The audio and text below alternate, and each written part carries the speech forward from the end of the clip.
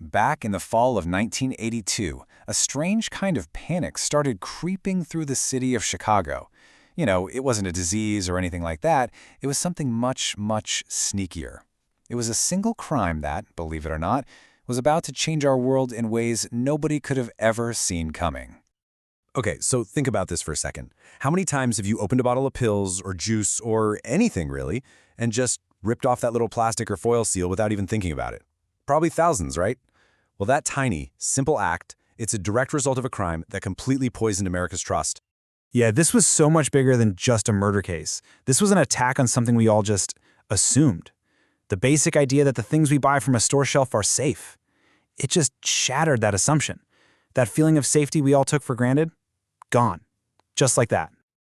All right, so to really get how shocking this was, we've got to do a little time travel. Let's picture a world that honestly feels kind of strange to us now. A world before all this tamper-proof packaging was everywhere. So imagine this. You walk into a drugstore, you grab a bottle of medicine, and you just twist the cap off. That's it. No seal to break, no foil to peel. There was this unspoken agreement, between the company and you. A promise that what was inside that box was safe. It was, for sure, an era of consumer innocence, and it was about to end violently. So what exactly happened in Chicago? Well, this wasn't your typical crime. Not by a long shot. The weapon was totally invisible. The victim seemed completely random, and the way it was done was just terrifyingly simple. Just look at how fast this all happened. It all kicks off on the morning of September 29th. A 12-year-old girl, Mary Kellerman, takes a Tylenol because she has a cold, and she dies. Just hours later, a postal worker, Adam Janis, collapses and dies. And then the story takes an even more tragic turn. That evening, his brother and sister-in-law are at his house grieving. They get headaches, they take Tylenol from the same bottle, and they die too. Within just a few days, the death toll would climb even higher.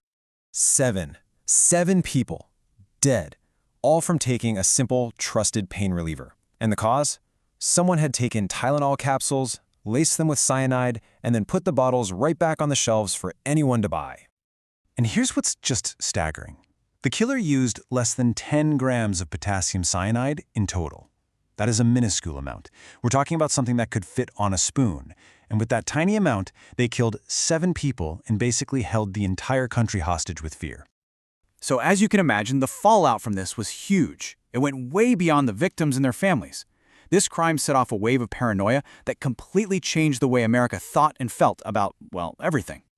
I mean, think about it. The killer took something that was supposed to make you feel better, a symbol of healing, and turned it into a weapon. Suddenly, every single medicine cabinet in the country felt dangerous. It wasn't just a physical attack. It was psychological warfare on a massive scale. So there's this really interesting psychological thing that happens in situations like this. It's called the availability heuristic. And basically it means our brains take a shortcut. Because the Tylenol story was so scary, so vivid, and all over the news, the risk felt huge and immediate to everyone. It made people feel like any product on any shelf could be poisoned. It's wild.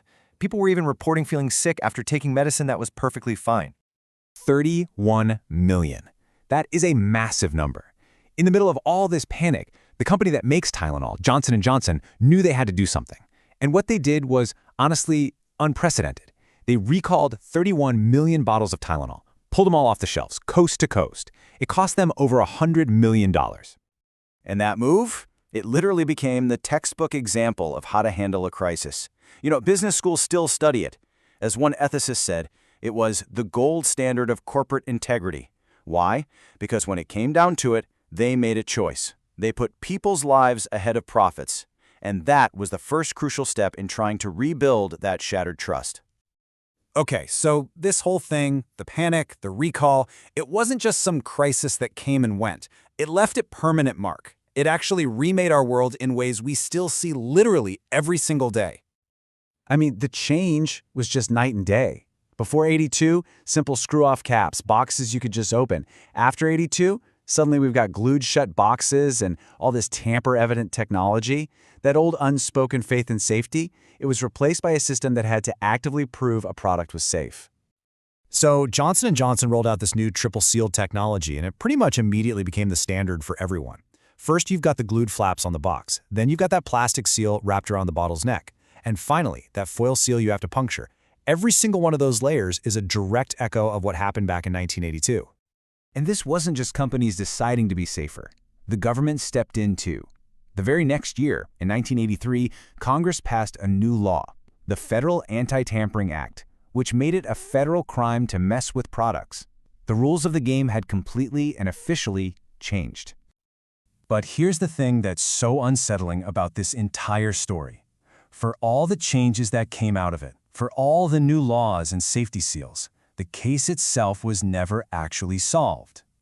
Yeah, the killer was never, ever officially identified. They had a main suspect, a guy convicted of trying to extort money from Johnson & Johnson, but they could never pin the murders on him. And the horror didn't stop there. This crime inspired more than 270 copycat incidents across the country. It was a terrifying wake-up call that showed just how vulnerable our entire system was. And in the end, that's why this story still gets to us. It's about so much more than an unsolved crime. As this quote says, it's really a mirror that reflects our own fears and our own trust. It makes you think, right? What do we trust, and how easily can that trust be broken? The killer's identity might be a mystery forever, but their legacy, well, that's something you and I interact with every time we break one of those seals. A constant, tiny reminder of the day our innocence was poisoned.